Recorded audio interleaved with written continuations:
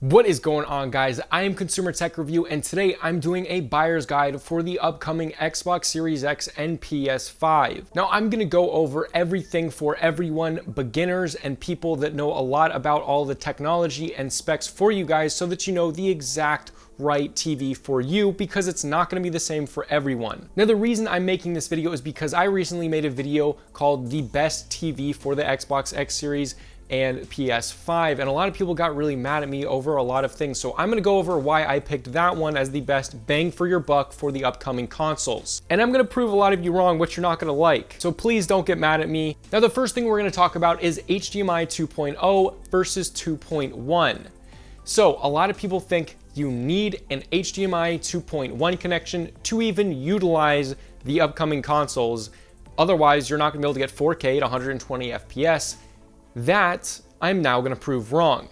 So to do 4K at 60 FPS, which the HDMI 2.0 is rated for, that's rated not only for 4K at 60 FPS, 60 Hertz, it's also rated for HDR.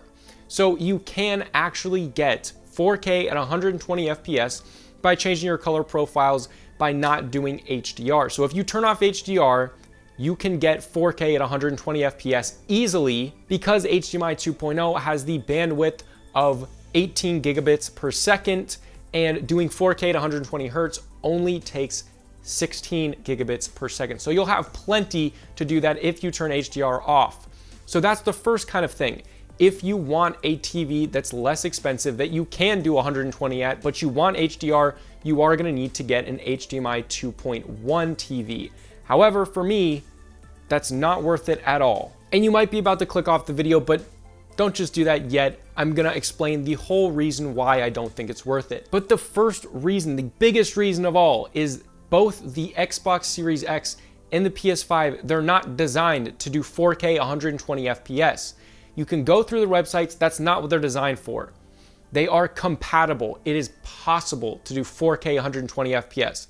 But all the games that you're gonna want to play on it, which can actually utilize 4K, which will actually look nice in 4K, having beautiful graphics, you're not gonna get them in 120 FPS. You're just not gonna do it. And you can see they actually aim for 4K at 60 FPS, but it could go up to 120 FPS.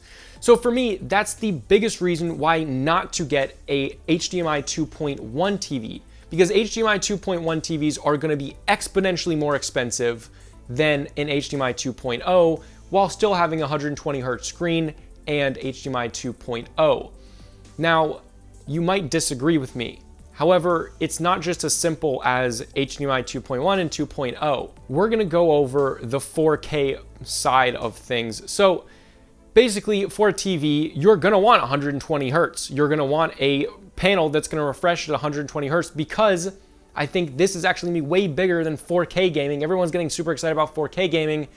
1440p is going to be the biggest on these consoles. That's where you're going to see the best image. You're going to see ray tracing going on, and you might get to 120 FPS pretty stable. Now, these new consoles have ray tracing, so if you're playing all the new games that have ray tracing in them, there's no way it's going to get anywhere close to 120 FPS with any new game plus ray tracing, and probably with a lot of ray trace games, you won't even get to 60 FPS for 4K. So most of the time, you're probably going to be gaming at 1440p. Microsoft and Sony don't have some magical power. These consoles are definitely insanely powerful, and they're very close to PC. They're starting to bridge that gap, but it's not high-end PCs. We're not talking, so it doesn't have the equivalent of a 3080 inside of it. That's not what we're talking about. These consoles are still incredibly cheap, and they're definitely a good value, especially the Series S. However, we're not going to kid ourselves and make some stuff up in our heads. There's no way that you're going to have ray tracing at 4K and even come close to 120 FPS, let alone 60 FPS. So most of the time, you're probably going to be doing 1440p gaming. However, that's not to say that you shouldn't get a 4K 120 Hz panel, because most of the time, I don't think you're going to find very many 1440p TVs with 120 Hz. Pretty much all TVs just have a staple of 4K now. Now, this is the other huge reason why not to buy a 2.1, an HDMI 2.1 system. So it's all about cost here. You're buying a console It's really not that expensive. 500 bucks for what you're getting is fantastic. However, to actually utilize 4K, and I'll put a little graph up here that's done professionally for home theaters for how the distance for 4K, you have to get a very big TV to actually utilize 4K unless you're sitting really close to it, right? Because if you're sitting really close to it, you'll be able to see the pixels. The closer you get to it, the closer you're gonna see. However, in most cases, if you're sitting on your couch, you're gonna need a very big TV to actually utilize 4K. Meaning that if you think, so let's say that I'm wrong and you think that all games are gonna do 120 FPS, they're not, but 120 FPS at 4K. To even be able to utilize that, you're gonna need HDMI 2.1, and you're gonna need a very big TV to be able to even utilize having 4K, which beats the purpose of getting HDMI 2.1 if you don't use 4K, because you can still game at 1440p easily at 120 FPS with HDMI, which with HDR on, I can't talk today, with HDMI 2.0. So the only reason to get an HDMI 2.1 system is to game at 120 FPS at 4K with HDR on. To be able to utilize that, you have to have a big screen. And trust me, HDMI 2.1 systems with 4K at 120 hertz that are big are not cheap. We're talking thousands of dollars. We're talking well over $1,000. So the video I did and named it the best TV for the upcoming consoles, I stand by that. You can game at 4K at 120 FPS, but I think the best is going to be at 1440p with 120 FPS with HDR on, and you might get ray tracing on and go up to 120 FPS. That's probably gonna be the best thing right there. However, I stand by what I said, because with the TV that I said, it's a $650 TV, you're getting 4K, 120 hertz, you're getting a super bright, beautiful panel, and it's a 55-inch TV. Now, a lot of people are like, the NanoCell, which does have two 2.1 HDMI ports, which is really good. However, if you pay almost the same amount of money, which is technically $50 cheaper, however, you're getting a 43-inch TV. You can't utilize 4K unless you're really close with, nobody's gonna be that close. If you get a 43-inch TV, you gotta be really close to actually utilize 4K, which beats the entire purpose of getting a 2.1 HDMI port. Why would you get an HDMI 2.1 port when you can't even utilize fully 4K on a TV? So that's my point. If you guys keep talking about HDMI 2.1, get a big TV. And if you can't afford to get a big TV with HDMI 2.1, don't get HDMI 2.1.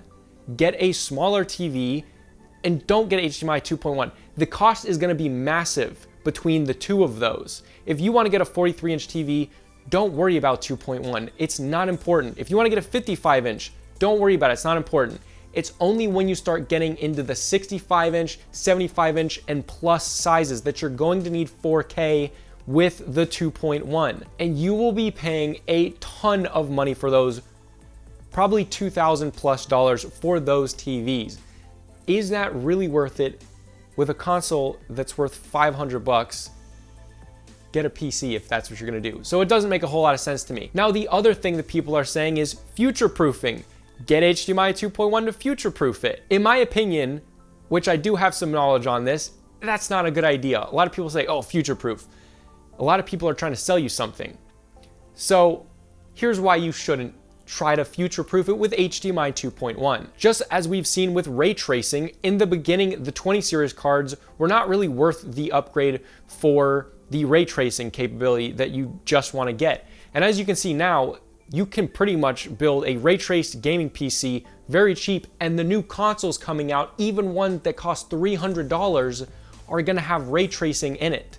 So you weren't future-proofing when you got that RTX 2060, and you're not future-proofing now getting the 2.1 system, because the prices of HDMI 2.1 TVs are going to come down exponentially, because the entire industry of making TVs is going to switch to HDMI 2.1, and there's going to be no crazy need for 2.1 systems, because they're all going to be 2.1. So just wait 2 years and you will see the prices of all these 2.1 systems, brand new systems, I'm not talking used, I'm talking brand new, drop incredibly fast. So it is not worth it to spend thousands of dollars just to get these crazy awesome TVs with 2.1 HDMI. It's not worth it. The prices are going to drop exponentially. I'm trying to help you guys out and help you save some money.